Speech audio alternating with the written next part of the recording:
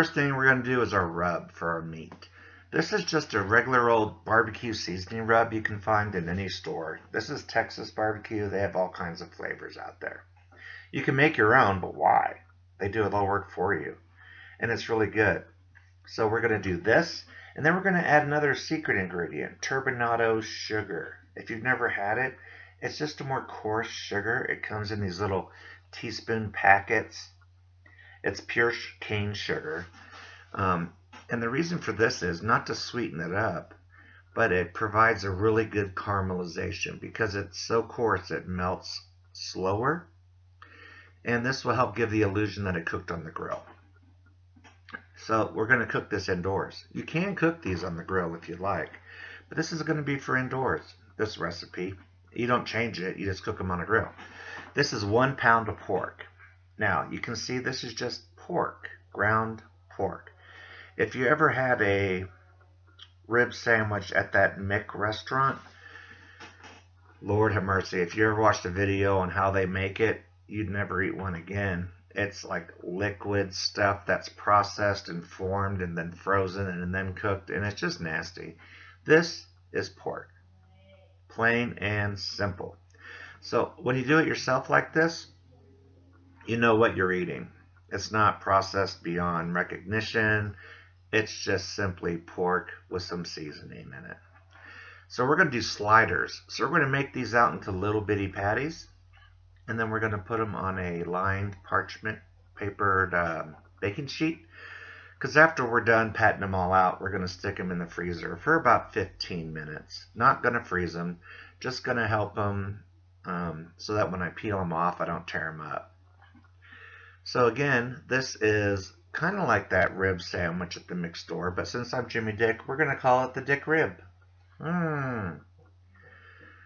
So once I get these all out, I have to be honest though, I forgot one step, and that was to add liquid smoke. It would have been nice to add it when I was mixing, but I forgot because that's what I do. But I'm going to fix it. I'll show you how I do that in just a moment. So here we go, liquid smoke. I'm just going to pour this the tiniest little bit out because if you've ever used liquid smoke, you know a little goes a long way.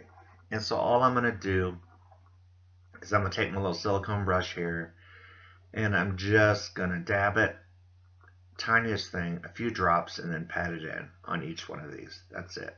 Just a few drops. It really does make a difference, and it's so super good tasting. This is hickory, but you can get all kinds of different flavors with liquid smoke. So next is barbecue sauce. I love Casey Masterpiece, but you can use any kind you want. Whatever your favorite is. It doesn't matter. So the barbecue sauce is going to be added on in a little bit. I'm just pouring it out right now. I have a grill pan on the stove that's getting warmed up because you want that hot so that it sizzles as soon as you put it on. It's just that, you need that. So let's do it. Here's my grill pan. I got my patties out of the freezer. I'm going to give it just a little spray, although I really don't need it with pork. But hey, what do you do? So I'm going to put 4 of these on to start it off with. I know I have the sound off, but it does sizzle right away. Now the barbecue sauce, what we're going to do is, once we flip them over, that's when we start basting them. We're not going to put it on the raw meat. So we're going to do 3 minutes per side. Every 3 minutes, we're going to turn them, and every 3 minutes, we're going to baste them with some more barbecue sauce. But why, Jimmy Dick? Well, because that's goodness. So as we flip it, and you can see I got some good grill marks going on here. We're going to, like I said, we're going to put the barbecue sauce on it, but it's going to turn caramelized.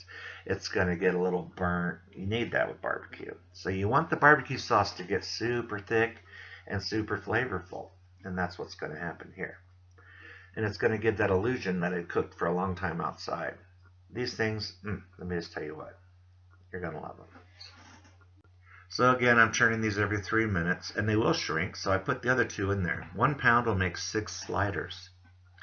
If you can think of something else you'd like me to turn into a slider or imitate from a restaurant, let me know. But I'm here to tell you, these are so good. Let's build them up. So just like in the store, you're going to get one pickle, some sliced onion, and some more barbecue sauce. And then we're going to throw one of these DkRibs on there. And boy, howdy, you have some good eating. Hey, I hope you like this video. If you do, please give me a thumbs up. It doesn't take long at all. Thank you. Would you just look at that? I mean, just look right at it. Beautiful, scrumptious. Hope you try it.